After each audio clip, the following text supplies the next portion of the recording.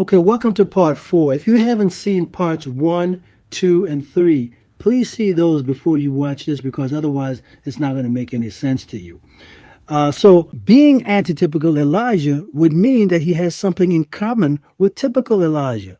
So, what happened with typical Elijah? Elijah the Tishbite, he was translated. So, antitypical Elijah is not going to be translated.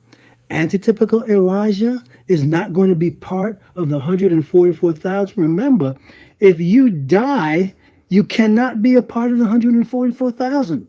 So, antitypical Elijah, being dead as some think, the Lord uses him to be antitypical Elijah, and he's good enough to fulfill that role, but he's not something enough to be part of the 144,000. That's what's called an oxymoron. And it's an oxymoron because you're saying something that actually does not fit into the context of what it is you're saying or what it is you understand. Antitypical Elijah cannot die and cannot be dead. Now, in parts 1 and 2, I said, Delisa and I don't know. This ministry doesn't know who antitypical Elijah is. We know who he is not. Antitypical Elijah has to be someone who has a Christ-like persona and a character 100%. Right? That is imperative in order for antitypical Elijah to do that. Also, antitypical Elijah, according to Malachi 4:6, has to turn the hearts of the children to the father and the hearts of the father to the children. He has to fulfill that role as well. So whoever we believe antitypical Elijah to be, if he has not fulfilled that, then obviously he's not antitypical Elijah. He fulfilled a role.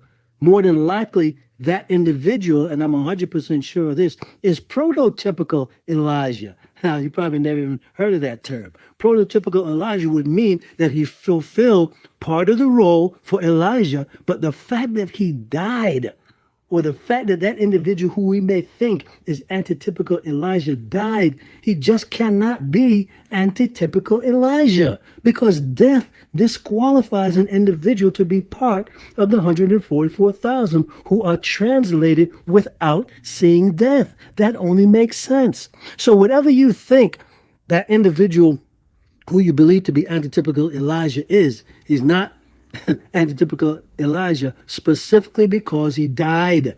You must keep that in mind, and you must make sure that you have that in your heart and ask the Lord to help you in order to understand that antitypical Elijah is more than likely here, and we'll know him, and the Lord will let us know who he is. He'll tell you himself. I won't need to tell you. And if I knew, I wouldn't tell you. God bless.